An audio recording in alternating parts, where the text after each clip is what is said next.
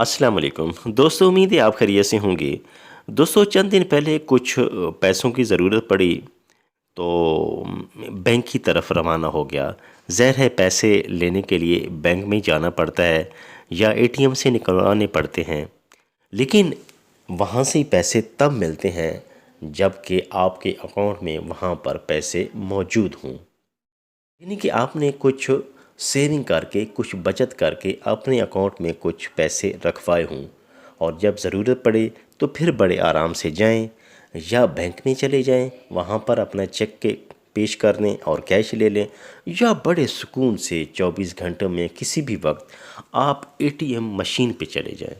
ATM machine में अपना card डालें और मतलूबा रकम आप हासिल कर दें और करारे करारे नोट आपकी जेब में। तो ये बड़ी मज़े की बात है और जदीद दौर की एक बहुत बड़ी सहूलत भी है। बैंकों ने अपने सार्फिन को इस सहूलत और इस तरह की मज़ीद सहूलियात मुतारिफ़ कराई हैं, और यकीन कीजिए कि ऐसे आसान कामों से ज़िंदगी काफ़ी सुखी हो गई है, ज़िंदगी काफ़ी आसान हो गई है।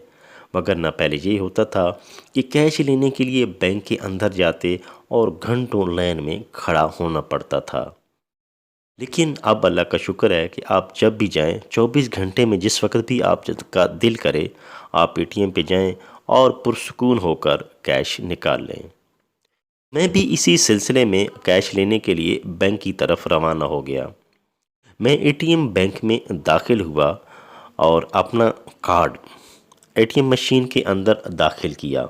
दाखिल करके मैंने अपना मतलूबा और रकम की अमाउंट उसमें मैंने एंटर की और फिर वेट करने लगा। इंतज़ार करते करते मैंने थोड़ी सी इधर उधर नज़र दौड़ाई।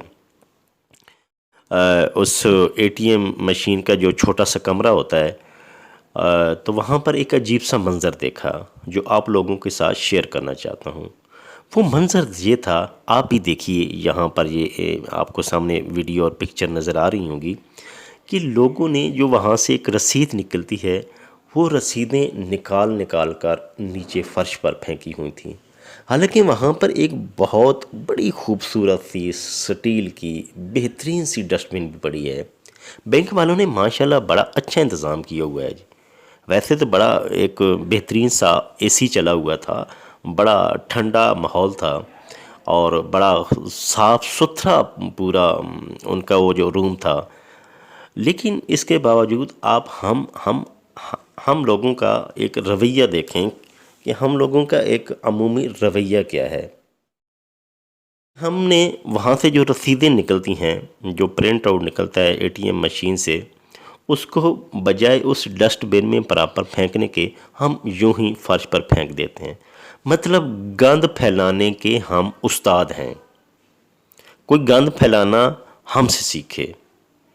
और भाई, बैंक ने इतनी खूबसूरत सी डस्टबिन इसीलिए रखी है और अल्लाह ताला ने आपको हाथ भी दिए हैं और आप ज़ाहिर मशीन को इस्तेमाल कर रहे हैं, और अब अगर आपके पास एटीएम कार्ड है और आपका कुछ बैंक में पैसा है, तो इसका मतलब है कि आप सुलझे हुए लोग हैं। आप पढ़े लिखे मतलब फैमिली से तल्लक़ रखते हैं, बिल्कुल जाहिल या गंवार नहीं है कि आपको पता ना हो कि यहाँ पर गंदगी क्यों फैलाई जाए। ये आपको पता है, मतलब पढ़े लिखे लोग हैं, हम सब पढ़े लिखे हैं। और जो भी बैंक को यूज़ कर रहा है या एटीएम मशीन को यूज़ कर रहा है, वो पढ़ा लिखा है। इतनी तो उसकी सेंस होनी चाहिए कि मैं जब एटीएम मशीन इस्तेमाल कर रहा हूँ और यहाँ पर एक खूबसूरत सी डस्टबिन भी पड़ी है, तो ये जो रसीदें निकल रही हैं उनको मैं प्रॉपर उसमें डस्टबिन में फेंकूँ। पहली तो बात ये है कि अगर आपको उस रसीद की ज़रूरत नहीं है तो आप उसका प्रिंट आउट ही ना लें, क्योंकि लोगों की इसी रवैये को मद्देनज़र रखते हुए कि इतनी धड़ाधड़ और बेतहाशा रसीदें निकालते थे प्रिंट आउट कि बैंक वालों के रोल ख़त्म हो जाते थे। तो लिहाजा उन्होंने फिर उस पे ₹2.50 उसकी फ़ीस मुकर्रर कर दी कि जो बंदा भी बैंक की ये एटीएम मशीन से रसीद का प्रिंट आउट लेगा, اس کو 2 روپے 50 پیسے اس کی قیمت ادا کرنی پڑے گی، جو کہ اس کے اکاؤنٹ میں سے کٹ جائیں گے۔ لیکن اس کے باوجود بھی دیکھیں کہ ہم لوگوں کا رویہ کیا ہے۔ ہم پھر کہتے ہیں، یہ روتے رہتے ہیں، اپنے سیاستدانوں کو گالیاں دیتے رہتے ہیں کہ 75 سال ہو گئے ہم نے پاکستان کو لوٹ کر کھا گئے، ہمارے سیاستدانوں نے ایسا کر دیا، ہمارے جو آفیسرز ہیں ان نے ایسا کر دیا، یہ ہو گیا وہ ہو گیا۔ لیکن ہم اپنا رویہ نہیں دیکھتے کہ ہم کیا کر رہے ہیں، ہم اس ملک کے ساتھ کیا کر رہے ہیں۔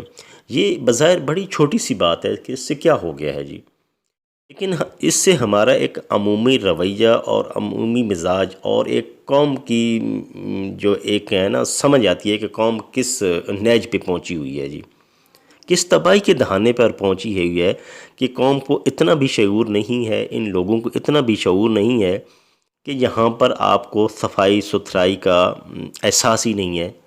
مطلب وہ رسیدیں نکل رہی ہیں۔ پہلی بات تو یہ ہے کہ اگر آپ کو ان کی ضرورت نہیں ہے تو ان کو آپ کا پرنٹ نہ کریں، ان کا وہاں پر آپشن آتی ہے باقاعدہ کہ آپ رسید پرنٹ کرنا چاہتے ہیں کہ نہیں۔